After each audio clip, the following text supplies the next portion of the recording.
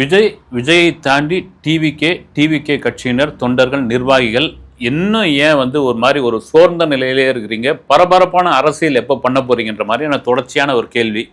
அந்த கேள்வி ஒரு பக்கம் இருக்கும்போது இப்போ வரிசையாக அடுத்தடுத்த ஒரு அறிவிப்புகள்லாம் வந்துக்கிட்டே இருக்கும் போது பொழுது அதற்கான வேலையெல்லாம் நடந்திருக்கு. இந்த மனமாற்றம் எங்க அப்படின்னு ரெண்டு விதமான ஒரு விமர்சனம் ஏன் மனமாற்றத்தை தாண்டி டிவிகே பயங்கர சுறுசுறுப்பாக களத்துக்குள்ள இறங்கிட்டாங்கப்பா. குறிப்பாக விஜயோடைய உத்தரவு வந்துடுச்சு. அது எந்த மாதிரியான உத்தரவுகள், என்ன மாதிரியான நிகழ்வுகள், அது ஒரு பக்கம் நம்ம பார்க்க போறோம். இதற்கான காரணம் என்ன அப்படின்னு ரெண்டு விதமாக விமர்சிக்கும் போது, ஒன்று என்ன சொல்றாங்கன்னா, இன்னும் 8 மாசம் தான் இருக்குது தேர்தலுக்கு, ரொம்ப நாள் இல்லை. இந்த 8 மாசத்திற்குள் நீங்கள் அரசியல் பண்ணால் மட்டும்தான் 2026 உங்கள் கையில் அப்படின்ற ஒரு விதம்.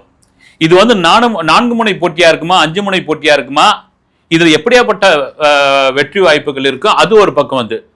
ஆல்ரெடி எங்களுக்கு 25% ஓட்டு இருக்குங்க, இன்னும் ஒரு 10% சேர்த்துட்டா 35%, 33% இருந்தா அவங்க தான் முதல்வர் அப்படின்ற அளவுக்கு இருக்கும் பொழுது, அதை ஒரிஜினா தொடர்ந்து சொல்றது என்னன்னா, எங்களுக்கு 25% ஓட்டு இருக்கு சாமி, நாங்க பாத்துக்கிறோம் அப்படின்னு. இது ஒரு பக்கம்.